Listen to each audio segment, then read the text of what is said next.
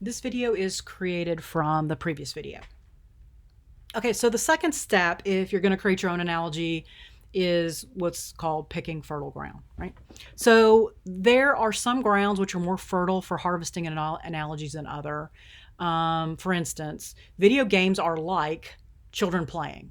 And the reason that that's fertile ground is because everyone has either been a child who played, has had children playing around them, has seen children playing. It's something that is universal. Okay, so that's fertile ground. So then when we look at this, we look at the rules of games children play and the patterns they fit. And so that, for instance, let's take the game where children have balloons. And in our game, they can steal balloons from each other, but they can also pop balloons, right? So the goal in this game is to collect balloons, steal balloons, pop balloons, and whoever has the most balloons at the end of the game wins. Right? So then we start with this fertile ground, and then we start matching features. All right? So if the children are playing, they need to be competing over something. And, balloons, or we can make it toys.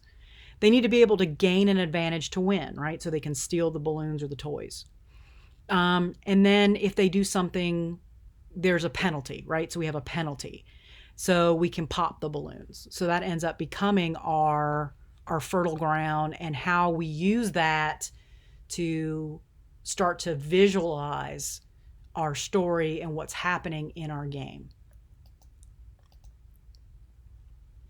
Okay, so the next thing we can do is compare and contrast. And as we talked about earlier, no analogy is perfect. And that you have artistic license. But also we have abstractions in the first place in order to give us the ability to be very creative in how we're comparing and contrasting. So metaphors. Start looking at metaphors. Metaphors are, things that compare and contrast. This is like this. This is not like this. And that becomes your metaphor, and that becomes your way of comparing and contrasting. And just by doing the exercise helps improve your understanding, even if you don't end up modifying your analogy. So, for instance, one example that uses the balloons and children explain video game rules. Some of the models are hard to force into analogy, but if you used your artistic license, you can adapt them as best as you can. And you see this in every single movie or animation. There is that artistic license that's used to help make the comparison and the contrast, even though it doesn't quite fit perfectly. So let's look at an example. Analogy. That's as useful as putting lipstick on a pig. To put lipstick on a pig is a rhetorical expression. Nobody's actually putting lipstick on pigs. It's used to convey the message that making a superficial or a cosmetic change is a futile attempt to disguise the true nature of a product or a person. So while pigs are actually very sweet, intelligent, loving animals, society uses the term negatively. And the idea that if you put lipstick on a pig, it somehow erases that negative connotation is an analogy. It's an analogy that we can use then to create a story. So think about, what story could you take and to use that analogy, and literally in your act of creating your story, have someone putting lipstick on a pig or something similar, right? Say we have a bowl of rotten fruit and someone comes along and is painting the outside of the fruit pretty colors to try to pass it off as edible, right? Those types of things, compare and contrast your analogy in order to be able to create your story. The story, The Frog Prince, right? Kissing the frog.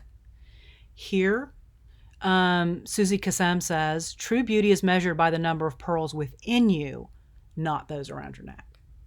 Great basis for coming up with a story. And that's basically the Frog Prince was literally that, right? He was a prince trapped inside a frog, And frogs are actually fabulous, wonderful creatures who are very contributing to our ecosystem. But they can be slimy, and people can find them things they don't want to kiss, especially poisonous frogs, right? Because they can kill you. And so that becomes the analogy that the prince was inside the frog, and his true beauty, once he learned his lesson, of course, was measured by his personality and not his appearance. And so the analogy becomes that whole story of beauty comes from within, not from without. And there's your analogy that has been turned into a story, a recognizable story. Life is often similar to driving a car at night with the headlights off. Right, there you go, right? There's your analogy. How could you use that to create a story? What characters could you then develop from that story?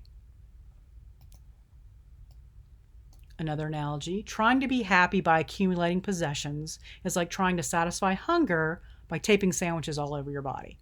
George Carlin said this. What story could you create here? What characters could you develop from that story? Anything can be a character.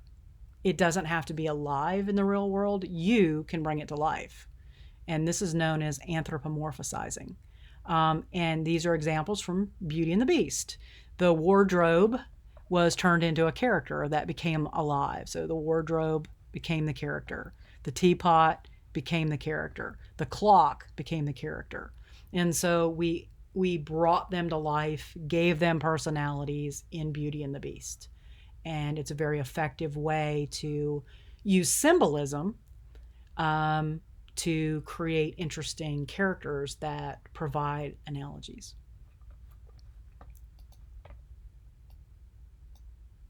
And it's really important to plan all this out. It's daunting. So know that it's not easy. But the more you do it, like anything else, the easier it will become. And so the good place is to kind of start with your character's general nature. Is your character heroic? Are they morally righteous? Are they a gunslinger? Are they a cunning rogue? A smelly trickster? A fiendish creature, right? These archetypes can play somewhat to help you define the parameters as a starting place to start your brainstorming. Start with that archetypal character, and then start to evolve your character from there based on your analogy. Once you know very generally what you want your character to be, you can then start to incorporate your backstory into how that character develops. And while I realize this is a lot of work, this is what makes these characters strong. This is what makes them memorable. This is what makes them relatable. This is what makes them classic and enduring. And the people who have created, Bugs Bunny is a great example. Bugs Bunny is timeless. He has been around for longer than I've been alive. And I'm old. And the reason he's timeless and the reason he's still with us is because he was developed through these methods, right?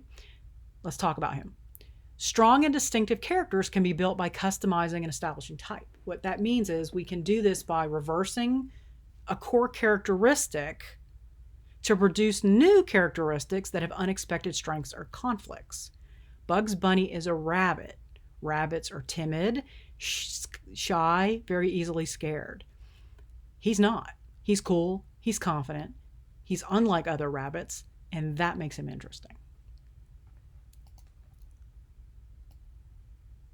Establish your character's internal motivations, right? You want to nail down your character's fundamental goal, the thing that is truly important to them, which will help you see what is driving them and why their story is worth telling.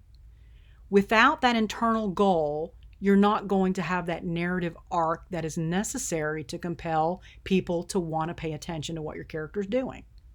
They're not going to just want to watch your character walking around without aim or purpose. They want to see a story that is going somewhere and conveys meaning, right? Without the internal motivation that we all have for everything we do, whether it's small or large, your characters are going to come off as flat, boring, uninteresting, and they will not stick.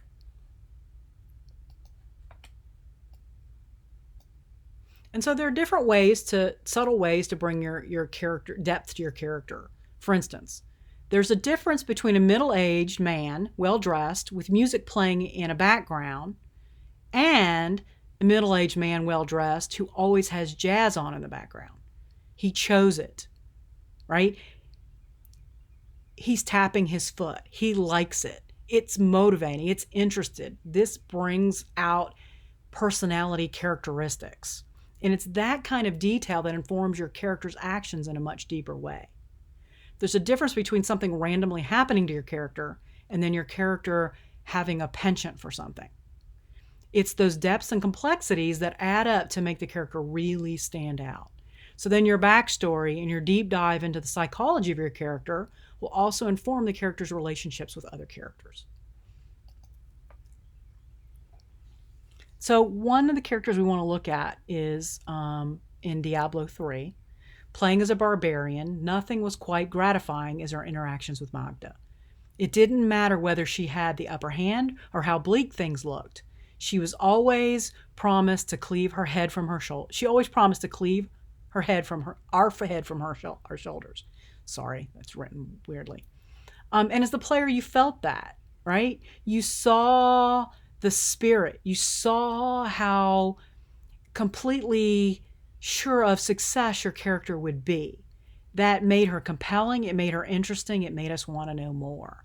It was who she was, and it was how she brought us into the story and kept us hooked.